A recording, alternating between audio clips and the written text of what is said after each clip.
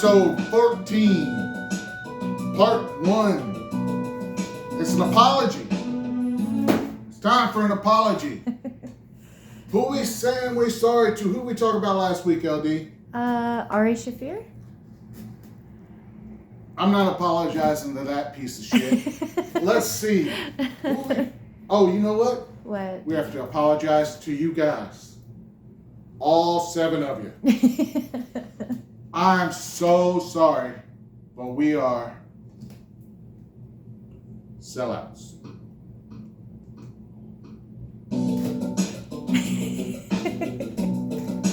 We made so much money from the completionists. Oh my God. We made so much money, dude. I can't.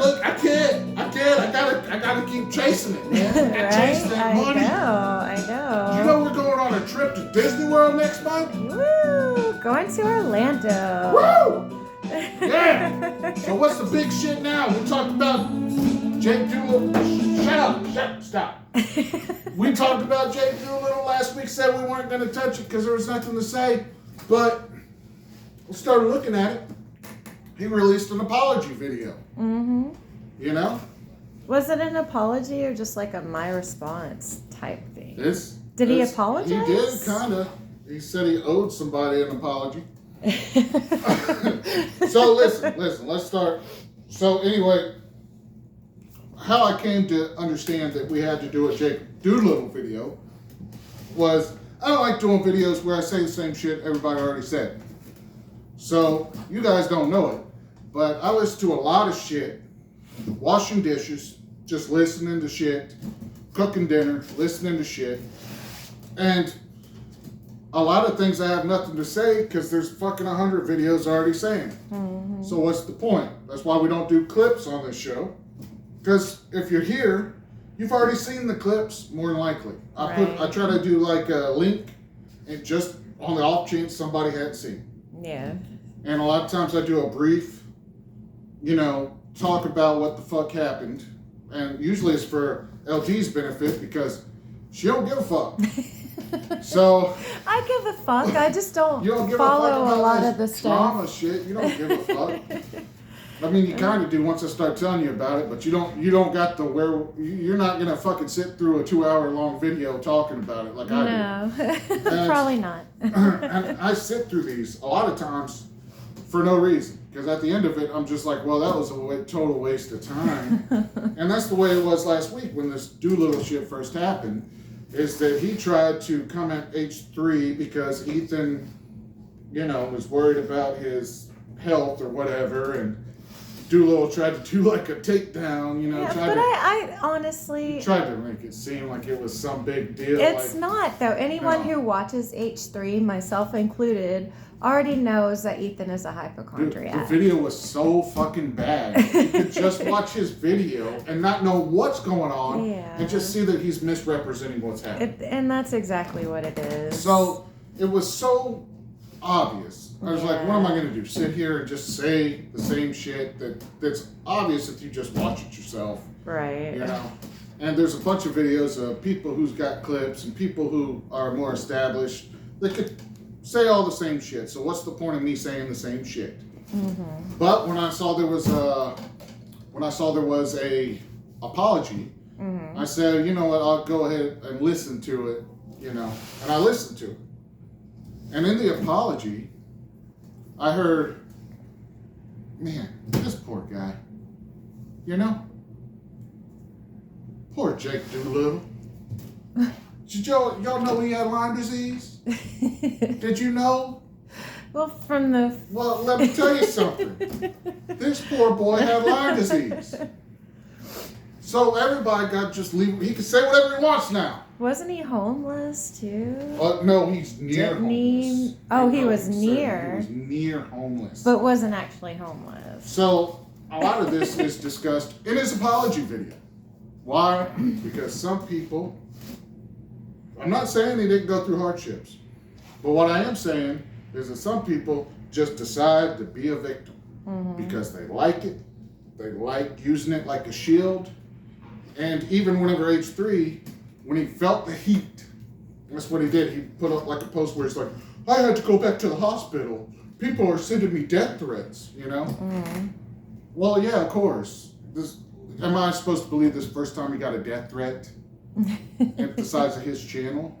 Yeah. You know, his channel's not huge, but it's big enough for him to make money off. It's big enough to where that's the way he makes money. Right. Is this channel. Yeah. And to the point where he started a clothing thing that gives 10% to charity or whatever. Right. Which is a great time to be a YouTuber doing charity shit right now. Exactly. Nobody's going to scrutinize that right now. Right. It's like basically the perfect storm for this kid to get fucked over. Yeah. And so he wants to say, you know, poor me, blah, blah, blah, poor me. I only do for other people. I only care about other people. Poor me. And yeah, nobody send this guy death threats because it's stupid. But anybody that's dumb enough to send death threats to people they don't even fucking know is about fucking... I mean, what can you say to that person? Right. What can you really say? Yeah. It's about... You're just flabbergasted. I just don't even understand it. Honestly, I'm always nice as pie when I'm in comments. I don't understand what the point of trying to be Mr. Smart Guy with fucking sarcasm in the comment. Well, not always. No, I do pick at people, but it's usually the content creator I pick at. I don't sit there in the comments with fucking regular people trying to fucking piss them off. But I'll never send a death threat to somebody. Yeah. Of course, that's crazy, but it's also a really convenient way to start what? After you just attack somebody with misleading information, that's a good way to just keep playing the victim, right? Because it's safe, right? That's what he knows. Yeah. Get back to playing the victim. And so anyway, I listened to this video, and as I was listening to it, I thought, well, what the fuck's he been doing lately? I have watched his content in the past. He used to be a big Shane Dawson hater. Yeah. And what do I love more than some petty bitches fucking being petty as shit. Right. And so I listened to a lot of it because I fucking hate Shane Dawson. I mean, not for any real reason, just the other fact he's really fucking annoying. And his podcast is the cringiest shit I've ever seen in my life. So I thought I would, you know, I just listened to him making fun of him. And I remember him saying some shit like he had some kind of relationship with Shane Dawson in the past, some sort of business relationship. And he was kind of like Shane had fucked him over somehow. And so he's always harping on. And I remember him saying something about that. I tried to look through. There are so many Shane Dawson videos on his channel. I couldn't begin on Jake Doolittle's channel. I couldn't even begin to go through it all to find the one, to find exactly what he said. Yeah. But something like that. And then I watched another video where they said that Jake Doolittle had a problem with some other like little girl that creates content in her family, that he took some pictures and they paid him for the pictures, but he sent a message to him asking for them to let him know that they were going to use those pictures again so they could work something out. Like he wanted to keep getting paid off those pictures. Wow. So when they used them in a book, he claimed that they owed him money. Then H3 heard about this, and they're some messy bitches, so they picked up on it because they wanted to fucking get in on this shit. And they picked up on it. They said, let me tell you something, big dog. I'll give you that $500 myself. Here you go. And what did the Clout Goblin do? Clout Goblin goes, how about I send you my resume instead? And you can hear the members of H3 groan. This is a real video. You can watch it. And they groan.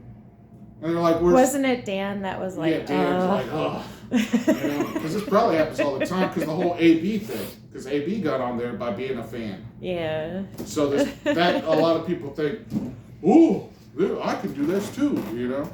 Right. So anyway, without getting into all that shit, because there will be a link to the H3 video that goes through all that shit. But I don't think they mentioned the shame part of this, that this is a pattern of Jake Doolittle. Jake Doolittle has a pattern of not getting his way, playing a victim, and attacking the person. Right. So that whole video it did was about him playing a victim. And attacking the person that just didn't hire him. Right. with some bullshit. Right. And Exactly. This is a pattern.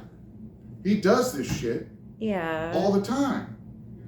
And now he wants to release a little apology video where I didn't notice this till today. Me and LD, I said, LD, you got to watch some of this shit I'm talking about, because I can't keep going over all the little nuts and details. And I said, you got to watch some of this stuff so you see what I'm talking about. And we put the apology video up on the big TV. And I noticed something. This motherfucker had a green screen behind him. Yep. Now, what YouTuber who doesn't want hate and doesn't want people making fun of him would put a green screen behind them in an apology video? Yeah. And he didn't use a green screen himself. He didn't put any graphics No, it's just up. a green It's just a green screen behind him. Blank. Yes. It's what you call a template. Yes. Anybody Yep. that uses that kind of equipment can put him in any situation they want. Exactly. So why did he do that? It's bait. As a great man once said, Max once said, but not that guy that played Max, not Mel Gibson Max, Fury Road Max once said, that's bait, motherfucker. That's bait. He wants people to bully him further so he can collapse in and play the victim even more. Yep. And we went back and watched some of his content right before this shit happened. Yep. Which he was pivoting. At that point, he's pivoting. Mm-hmm. He's saying, I'm doing 100 days of videos. And his videos went from catty ass bullshit to like fucking vlogger, my family, my life. You know, he's trying to waft the flames of parasocialization. Yeah. He's trying to get you to feel like you're part of him. Mm-hmm. It's calculated. It's very calculated, and I think he tries to capitalize on his like baby face and his like innocent persona that he's got going. But I think he's a severe narcissist. I think so too. I think he's a huge narcissist. So too. His girlfriend looks exactly like him. Yep. She sure does.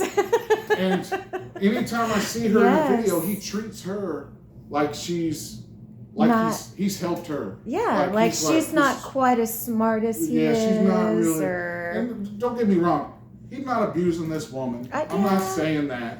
I'm saying that there is an attitude he has. Yeah, and I think he purposely chooses someone like her for himself. Probably. This is all speculation. That's what we do here. We are a bad faith argument channel. We do this just for spiteful fun. Exactly. And it's also all to make opinions. money now. Right? Because we're killing it. Going to Orlando. We want to go somewhere else. Come on now. Where are we going next? Exactly. So, I did this video because I ain't heard nobody make those points. Maybe somebody did. There's a million goddamn videos about this. So, but the green by all screen, means, somebody might have thought of this. Yeah, the green screen was very curious. That he didn't have any graphics behind him on it. Yeah. It was just the blank green screen. We'll see what happens with that. We're going to follow this, and we'll see if people use that video and make fun of him. Then we'll see if he then tries to get more out of this situation. Yeah. He's trying to turn this L into a W. Yep. That's exactly what he's doing. But he doesn't understand. And playing innocent the whole time. Yeah, exactly. Because, like she said, it's not that he's a good-looking guy. It's like he's like a stuffed animal. Yeah, he just looks very innocent. He's a ham sandwich, for sure. He's a ham sandwich, yeah. He looks very innocent, very unassuming. Yeah. But it's like behind that... He's got this attitude, like, he should have kept doing his petty drama videos. Yeah. Like, if he was paying the bills with that, just keep doing that. Exactly. Why the fuck are you trying to be like an advocate for sick people? Just fucking do what you were doing.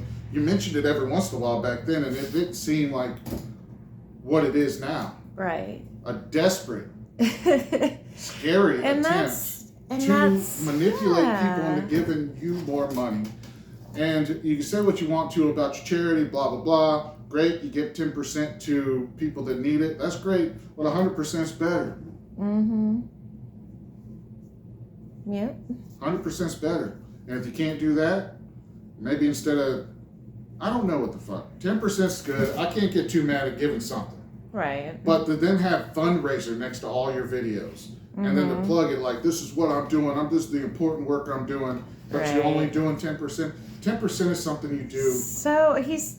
if you just got a heart and you just want to give some extra. Yeah. But to put your whole identity on that and then only give 10% is a little bit...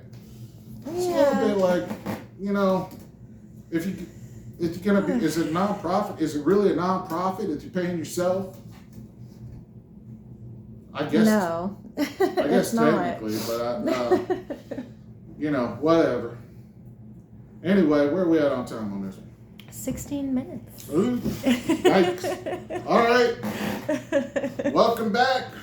Got 2 more episodes. We've got Pauly Shore, and we're unveiling our new status that we only give certain people. It's called the Golden God. And certain people, you know, there's a lot of people that they have, oh, these are the, you know, these are the bad people we don't like, and they have like a list of those people. We're a hater channel.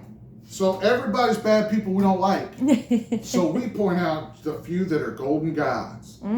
So next video, we'll be talking about Pauly Shore and unveiling our new golden god. Nice. And the video after that, Comedy Corner. That's right. Talk about comedians, but there wasn't a lot to talk about one, so we're going to talk about a couple of them. Yep. Thank you guys very much, and we'll see you on the next one. Bye.